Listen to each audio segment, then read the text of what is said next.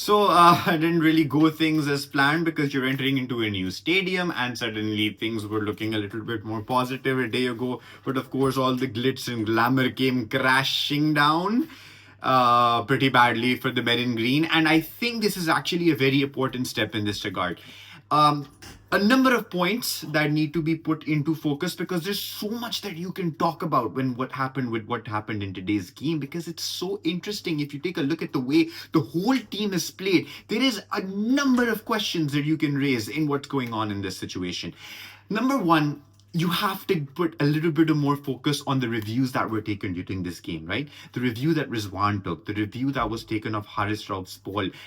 You cannot just go for everything that comes at you. I understand that in the second one there was a bit of a situation in which you were thinking to yourself, okay, was there something? Was there a nick? Was there something going on? No.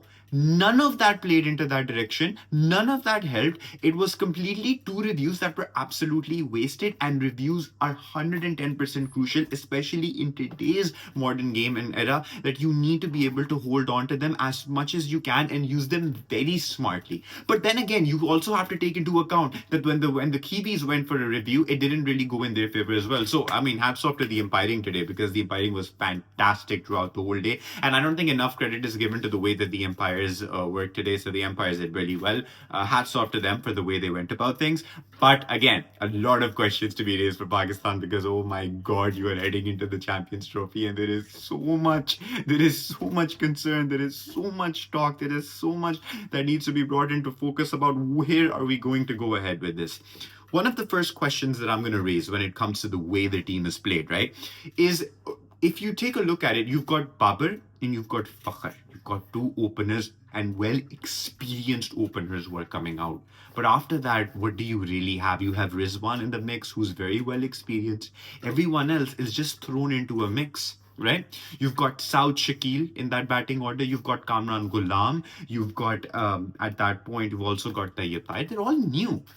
They're all trying to get a little bit of a more of an opportunity to be able to just get a little bit and build themselves up into the system, but no one to play around in that situation to be able to guide them through, because there is the need for more seniority and for more experience in this order.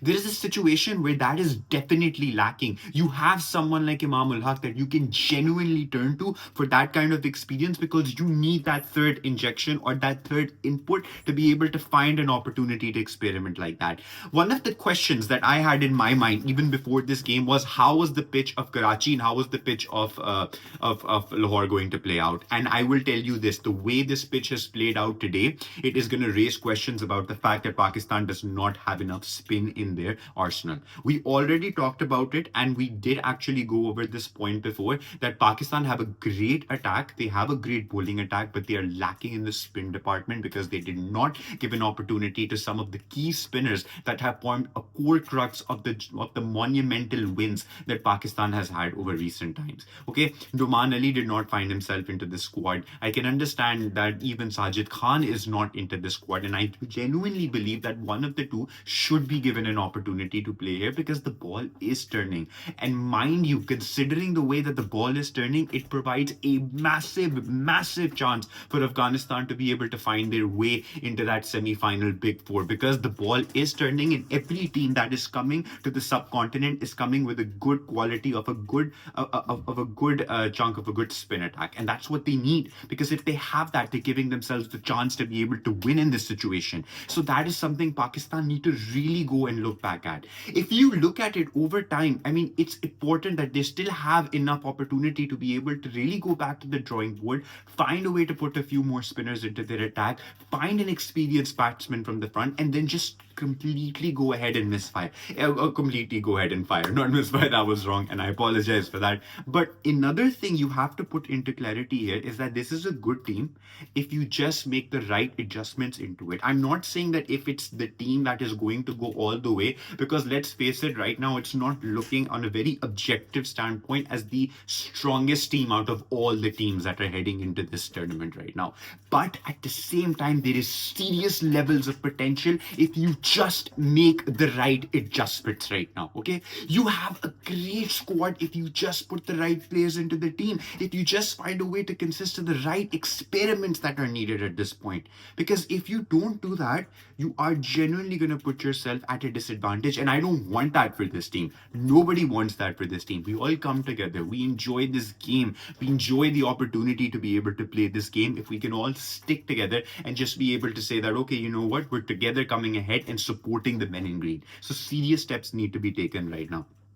So in this order, you have a couple of small adjustments that need to be made. You need more experience in that middle order because the experience is seriously lacking. With only one Mohammad Rizwan, there is not enough backing in that middle order to be able to say that there is enough experience around which the newcomers like Kamran Ghulam or Kamran Kalam or Tayyip Tahir can play. Because if they want to go around and play around them, it is important to have another senior batsman in that squad. So maybe changing the opening order, maybe not having Babar open up the innings with Fakhr might actually be a good idea. Maybe having Babar at that integral position of one down might be the better idea. Babar has to work significantly a lot over his batting, because with all honesty and with every single aspect of the heart of a Pakistani cricket fan, I am saying this: the slump has gone on for way too long. It has been a slump that has gone on and on and on and on, and it is really time for something to change in this regard, because things are becoming a bit problematic. Maybe saying a bit is a little bit of a smaller statement, because it should be stretched a bit more. But seriously, there needs to be work done in this regard. But again, yeah, bring some experience.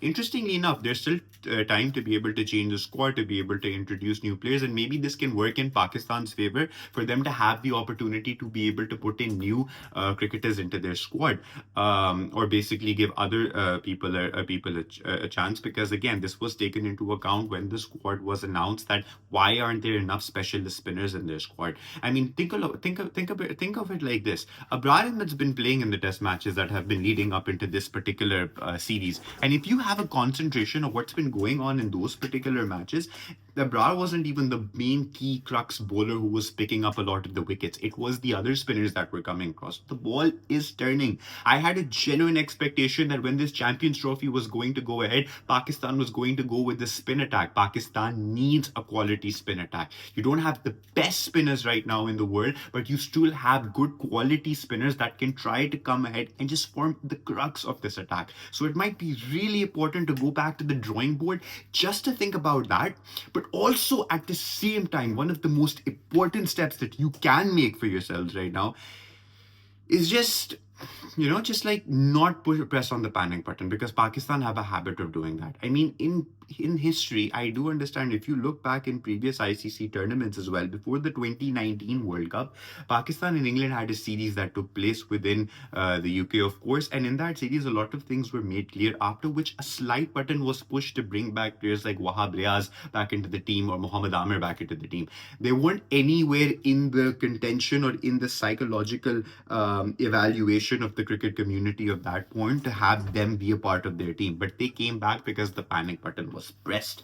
And at that point, again, they did help in rallying the whole team along in that particular tournament. But the fact of the matter is this, that the panic button, I honestly think with the team at this point, or with the men in green, it's an inevitable press. That it's an inevitable occurrence that the panic button will be pushed. And when it gets pushed now, it is so important to make the right decisions, because if we don't, it's going to be a little bit difficult in the upcoming tournament. It is important to have more quality spinners. You're going into the UAE, they're going to matter. And of course, if you're here in the subcontinent, it is going to matter. On your own land, it is definitely going to matter, and spin is going to be the key deciding factor, I believe. So whoever has the better quality bowling attack, especially on pitches that are playing in favorable conditions to batsmen, having a bowling attack that is completely focused on individuals who can turn the ball is going to help significantly in trying to keep a little bit more control over the game or constrain the thing. One of the most important things also that was taken into account despite the efforts by the bowlers is that you can't let things go off track, because what happens is the fact is that even to the very end, it is the tail enders that can push the runs through. Gone are the days where you would think to yourself that, okay, if you got 5 to 6 down, or you've got 7 down, you can completely constrain the batting and completely wipe off the tail enders off the map and just wrap up the innings. That used to happen. It was a discussion that has been made by the commentators during this match. I wish I get the opportunity to be a commentator. I would enjoy it a lot. But the fact is that this is what's going on. So important decisions need to be made, and I really hope that those are made just in time. It's a good opportunity to be able to do so. If you want to press the panic button, unfortunately I do believe that it will be pressed, but if it is going to be pressed, the intensity of which you panic as a result of this needs to be taken into account.